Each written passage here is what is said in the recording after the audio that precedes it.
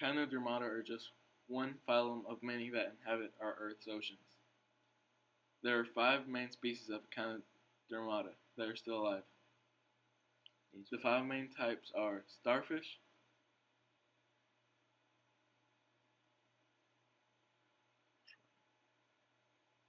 sea urchins,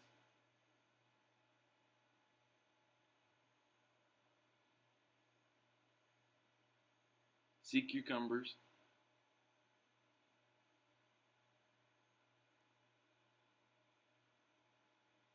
crinoids,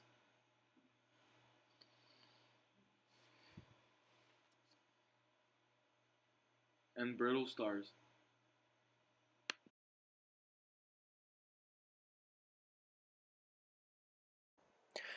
Echinoderms can be found in any ocean and almost anywhere in any ocean. From deep sea trenches to the intertidal zone, Echinodermata call all of these places home.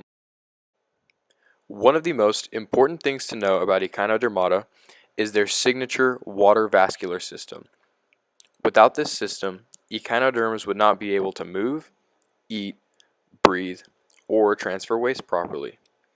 Essentially, the water vascular system is like hydraulics that are controlled by the madreporite. The madreporite is a porous, calcareous plate that is on the arboreal surface of an echinoderm's central disc. The madreporite takes in new water to replenish the water vascular system and filters out large particles, while smaller particles are filtered out by cilia. Once water enters the sea star, it flows through the radical canal and then into lateral branches that connect the tube feet to the limbs of the starfish. The tube feet are what water flows out of and act as hydraulics for the starfish to move. Each tube foot has a valve called an ampulla that collects pressure. When pressure is collected, the tube foot extends, and when pressure is released, the tube foot is retracted. Without this system, echinoderms would not be able to function. Period.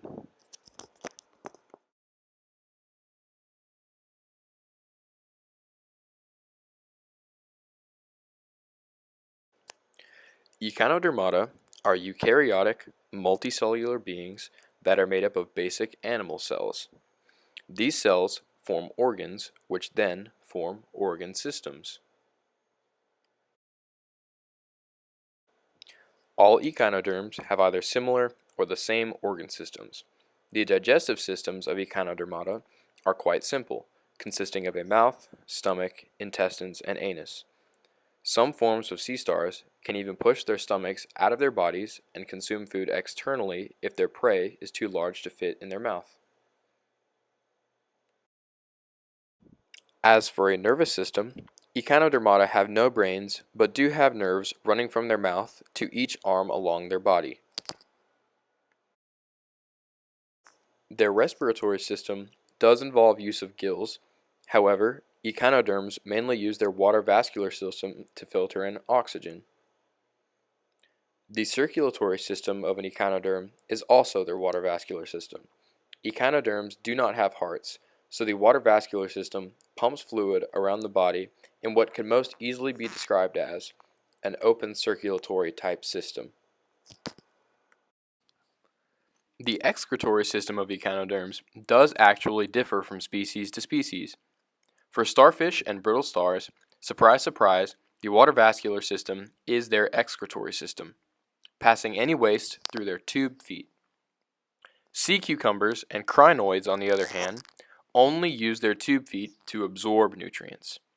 After nutrients are absorbed by tube feet, waste is sent through an organ called the pharynx, which coils around the inside of its body several times. Waste from the pharynx is then excreted from the anus. Sea urchins dispose of waste in 2 ways. They either use the same methods as a sea cucumber through the pharynx, intestines, and out of the anus, or excrete waste in a liquidized form through pores all over their bodies. Echinodermata are an odd bunch when it comes to reproduction because they reproduce sexually and asexually. For the species that can reproduce sexually, there are certain breeding seasons that echinoderms will reproduce in. This is a 1 to 2 month period in spring or summer where males and females will partner. A female will lay her eggs, while a male will release his sperm onto the eggs in a process called external fertilization. Some species of Echinodermata do actually reproduce asexually, though. They typically follow a process of fragmentation and regeneration. A piece or pieces of an echinoderm will be ripped off by itself, and where its old limbs were, new ones will grow, and the torn off pieces will produce a whole new animal. Echinoderms, in early stages of life, start out as bilaterally symmetrical, meaning they are congruent if split in half from top to bottom. However, as they develop, echinoderms become radially symmetrical, so they are equally congruent on a central axis and typically follow patterns of 5.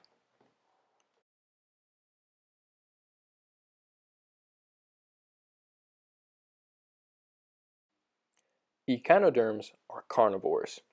Each echinoderm's diet depends on its species. Some eat algae, some filter small bits from water, and others hunt for shellfish or even smaller echinoderms. Here in this video, you can see a sea star hunting for brittle stars.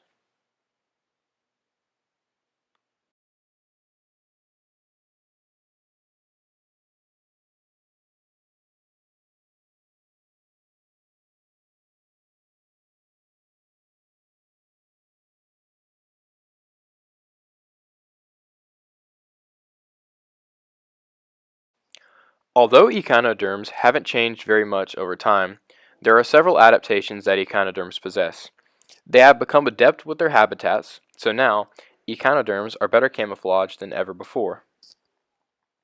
All echinoderms have a spiny skin. They have an endoskeleton made up of calcium plates, which give echinoderms that signature spiky feel. Them having this endoskeleton actually makes them the most closely related invertebrate to humans. Echinoderms can also regenerate lost limbs if need be. On the more strange side, sea cucumbers can expel their insides to defend themselves from predators and then regenerate their lost organs. There are over 6,500 different species of echinoderms in our Earth's oceans. And while Echinodermata are one of the more unique phylum of animals, they are also one of the most interesting.